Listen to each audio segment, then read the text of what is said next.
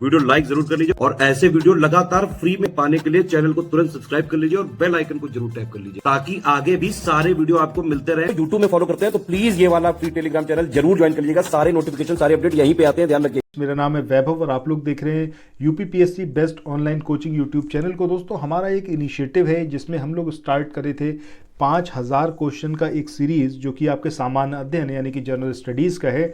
सो अभी तक 17 वीडियो इसके अंदर आ चुके हैं। हर एक वीडियो में कई सारे क्वेश्चंस मैं आपसे पूछता हूं और उन क्वेश्चंस के आंसर्स कई सारे हमारे सब्सक्राइबर हैं जो कंटिन्यूसली देते हैं। मैं चाहूँगा कि इस वाले वीडियो में भी जो भी क्वेश्चंस मैं आपसे पूछूँ उनका आंसर करने की कोशिश आप करिएगा। देखिए, ये एक ऐसी प्रैक्टिस है, इसको अगर आप लोग अपने हैबिट में लेके आएंगे ना, तब आप देखिएगा आपको एग्जामिनेशन में बहुत ज़्यादा बेनिफिट मिलेगा। सबा नूर की बात करें, मीना राज की बात करें, शिवांगी दुबे की बात करें, या फिर हम बात करें एक यूज़र करके हमारे सब्सक्राइबर हैं, ठीक है। तो ये सारे लोग मतलब हर एक वीडियो में यहाँ पर जितने भी क्वेश्चंस मैं पूछता हूँ कोशिश करते हैं उसका रिप्लाई करने की। और ये आप देखिएगा, ये जो इनकी प्रैक्टिस है जिसको ये कंटिन्यूटी में कर रहे हैं बहुत ज़्यादा बेनिफिट करेगा।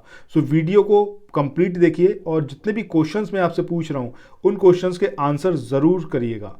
इससे आपको पता चलेगा कि कितनी चीज़ें आपको आती हैं, कितनी नहीं आती हैं। अच्छा, सविता सिंह का मैंने यहाँ पर नाम नहीं लिया, उनका नाम और इसके अंदर लूँगा मैं, ठीक है। ये सारे लोग बहुत अच्छा प्रयास करते हैं हर एक वीडियो में जितने भी क्वेश्चंस होते हैं जो मेरे द्वारा पूछे गए उनका आंसर करने की। चलिए अब स्टार्ट करते हैं आज का अपना ये सेट नंबर 18। सो दोस्तों, आज का जो पहला क्वेश्चन है ये गांधी जी का जब उद्भव हुआ उसके बाद से रिलेटेड है। अब यहाँ पर ये जो नई तालीम है इसका सिद्धांत किसने प्रतिपादन इसका किया था? ईश्वर चंद विद्यासागर ने, महात्मा गांधी ने, सैयद अहमद खान ने, या फिर देवेंद्रनाथ टैगोर ने? सही आंसर आपकी स्क्रीन पे ऑलरेडी आपको शो हो रहा होगा, जिसमें हमने बात किसकी करी है? महात्मा गांधी की। यानी कि ये जो नई तालीम है इस सिद्धांत का प्रतिपादन किसने करा था? उनका नाम क्या है? महात्मा गांधी। अब महात्मा गांधी की हम बात करें तो महात्मा गांधी ने 1937 में अपने क्रांतिकारी नई तालीम या फिर बेसिक शिक्षा के लिए संकल्पित किया था। यानी कि इनका जो ये पूरा सिद्धांत था ये 1937 में इन्होंने इसको लेके आए थे। देखिए, महात्मा गांधी की बात करें तो महात्मा गांधी का जो ये सिद्धांत था नई तालीम का, इसमें ना सिर्फ पढ़ाई लिखाई शामिल थी बल्कि बच्चों में कुछ कला विकसित करना भी इसके अंदर एक उसको रखा गया था कि कुछ उनके अंदर कला विकसित हो। तो इसीलिए जो हस्तकला थी या फिर हम कहें तो जो कला और ड्राइंग थी उसको इसके अंदर शामिल किया गया था। शरीर, मन और आत्मा इसके समग्र विकास के लिए इसको लेके आए थे महात्मा गांधी, उन्होंने इसको प्रेजेंट किया था। चलिए आगे मूव ऑन करते हैं नेक्स्ट क्वेश्चन पे।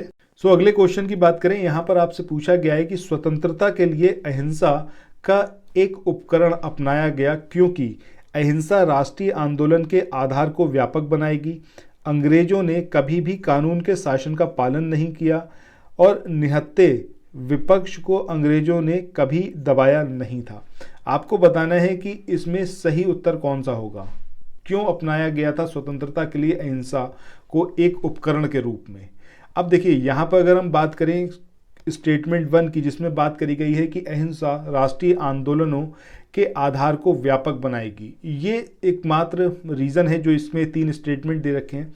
जबकि सेकंड और थर्ड स्टेटमेंट की बात करें जिसमें अंग्रेजों ने कभी भी कानून के शासन का पालन नहीं किया इसलिए अहिंसा को एक उपकरण के रूप में अपनाया जाएगा, ये वाली बात यहाँ पर बिल्कुल रेलेवेंस नहीं है उसका।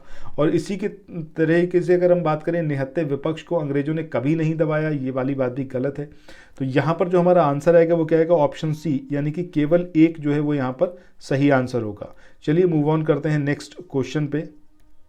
उसके बाद नेक्स्ट क्वेश्चन की बात करें, यहाँ पर आपसे बोला गया है या पूछा गया है कि महात्मा गांधी के द्वारा स्वराज के अर्थ के बारे में निम्नलिखित कथनों पर आप विचार करिए। पहला स्टेटमेंट है स्वराज अहिंसा और सत्याग्रह के साथ अंतरंग रूप से जुड़ा है। दूसरा है स्वराज की 2 इंद्रियां हैं, एक राजनीति और एक राजनीति से परे।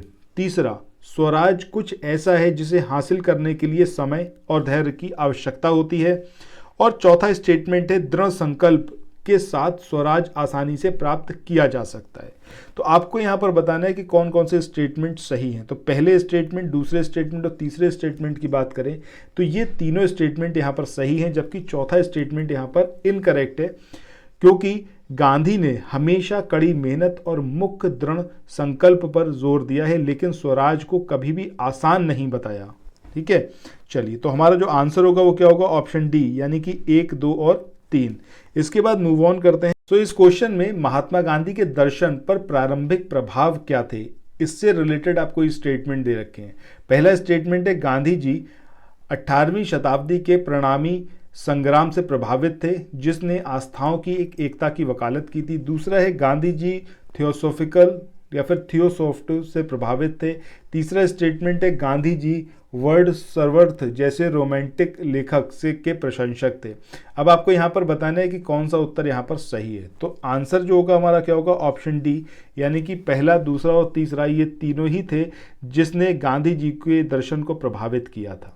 ठीक है, इसके बाद मूव ऑन करते हैं अपने नेक्स्ट क्वेश्चन पे। अच्छा, नेक्स्ट क्वेश्चन पे चलें इससे पहले एक इंपॉर्टेंट इन्फॉर्मेशन है आप लोगों के लिए। अगर आप लोग उत्तर प्रदेश पीसीएस की तैयारी कर रहे हैं, आप लोग आरओ की तैयारी कर रहे हैं या फिर बीईओ की तैयारी कर रहे हैं, तो इनकी कंप्लीट तैयारी के लिए आप स्टडी फॉर सिविल सर्विसेज को ज्वाइन कर सकते हैं।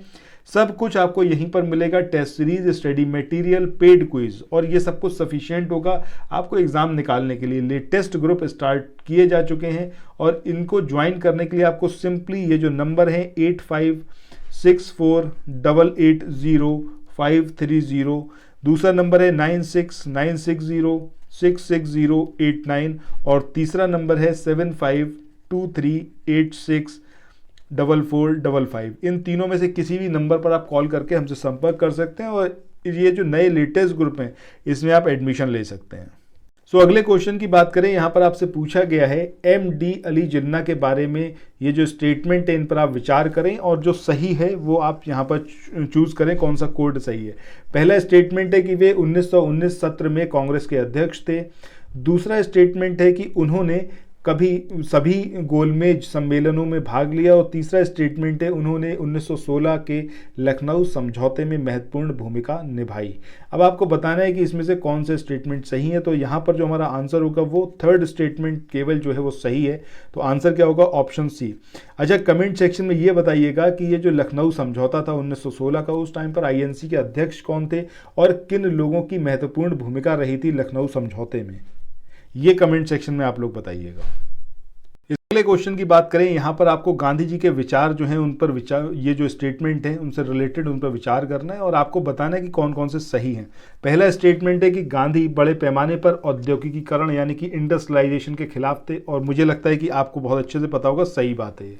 दूसरा है वह ऐसे उपकरणों और मशीनरी के खिलाफ नहीं थे जो व्यक्तिगत श्रम को बचाती थी। ये स्टेटमेंट भी यहाँ पर सही है। तो इस तरीके से यहाँ पर जो हमारा आंसर होगा वो कौन सा होगा, 1 और 2, यानी कि ऑप्शन सी जो होगा वो यहाँ पर सही आंसर होगा। सो दोस्तों, इसी के साथ इस वाले वीडियो को यहाँ पर एंड कर रहे हैं।